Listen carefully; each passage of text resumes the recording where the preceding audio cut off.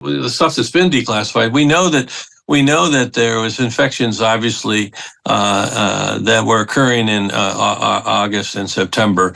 We know that laboratory, the Wuhan lab in September, did three things that I think were highly irregular. One was they changed the leadership from the civilian leadership to the military leadership. The second thing they did, they deleted the sequences of the coronaviruses that they'd researched for decades. They deleted them. And who does that? And the third thing they did that I think is the most telling is they issued a new contract for a new ventilation system for the lab. So I think September was clearly when they recognized they had laboratory-associated infections. They didn't have adequate containment in that lab. And that's when, and the problem we had is most of the people that were working in the lab and most of the people there were young.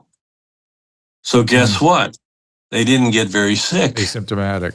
They were asymptomatic. Yeah. And then they went to the home and before you knew it, Wuhan had 20 million people infected. Perfect.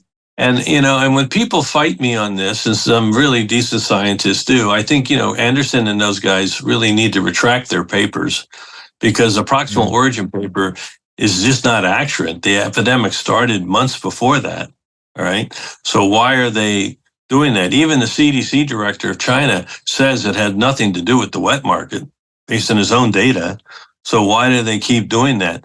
They keep doing that because they're trying to protect gain-of-function research, right? And some of that is self-fulfilling because they want that, those resources, that money, that fame that you and I used to be in. I was an academic for a long time. The currency is publications and grants, okay? But they should be honest scientists and retract the papers because they're not accurate.